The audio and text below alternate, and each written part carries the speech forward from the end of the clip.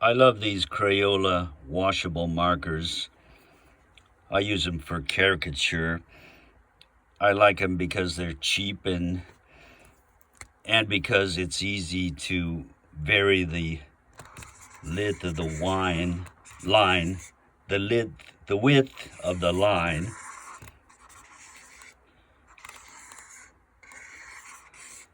But they're also popular with other artists besides caricature artists, and they're really popular with third grade school teachers because if your kids make a mess, it's easy to clean up because the ink is water, cleans up with water, and it doesn't stink too bad because it's water based as opposed to alcohol based.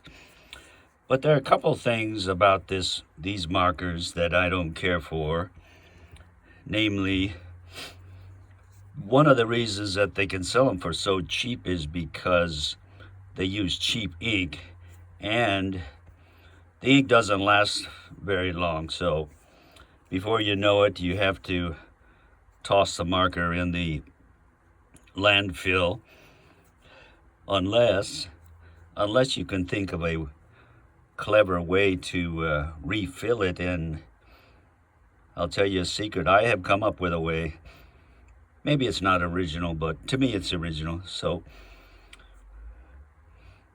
what you do is, I've discovered that the cap on the end, if you give it a good twist, it comes right off. I'll show you in a minute. Take a pair of pliers, but if you don't want to mangle the cap, I found that you could put a sock or some kind of cloth on it, and that'll keep from mangling it. And then you just give it a good twist, and it comes right off. And there it is, mangle free. So, what do you do now? Okay, now you can access the guts of this marker, which looks something like this. This is the cap we just removed. This is the cartridge or wick. It goes by several names. I just call it a tampon because it's really good at absorbing liquid. This is what is a reservoir for holding the ink before it gets delivered to the nib down here. So when this is assembled, the nib pushes into the, let's call it the cartridge, and then it's sandwiched in between this plug and the nib. So how do you go about filling one of these when it's empty? I should warn you that if you haven't done this before, it's probably a good idea to spread some newspapers on your work area and maybe wear some disposable gloves. I don't need to do that because I've done it before. So this is the ink that I use,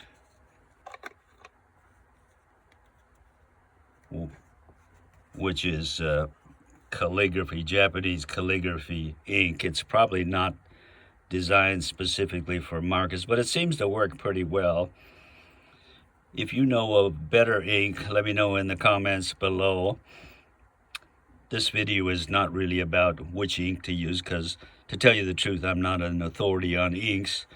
So if you know a good ink that's not too expensive, that works well in markers, let me know in the comments below.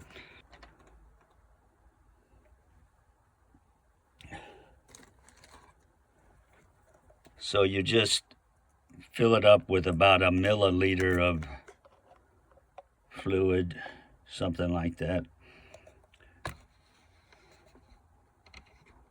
And be careful, as I said, because this stuff is messy. And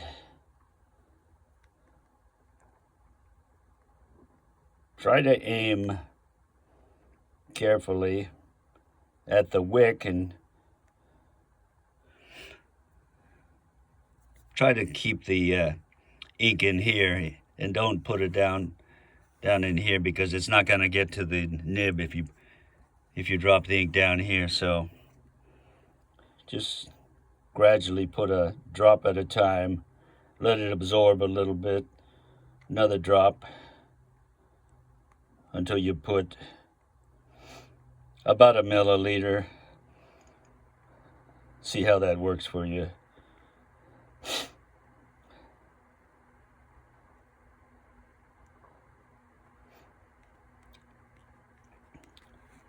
And then put your cap on and give it a good tap to seat it, and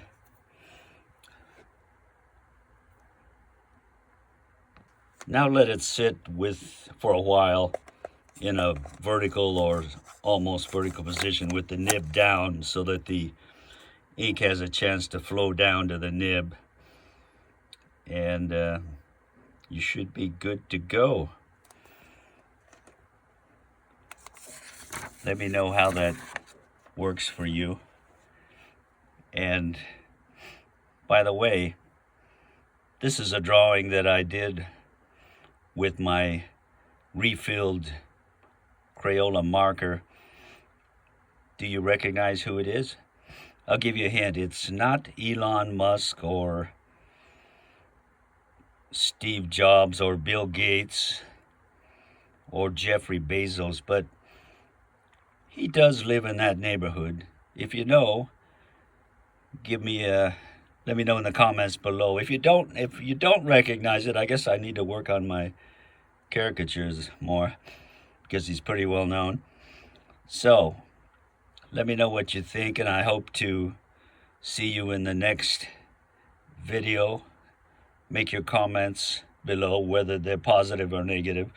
If they're negative, I can take it. And the next video, by the way, has nothing to do with markers. I can't wait to start that one.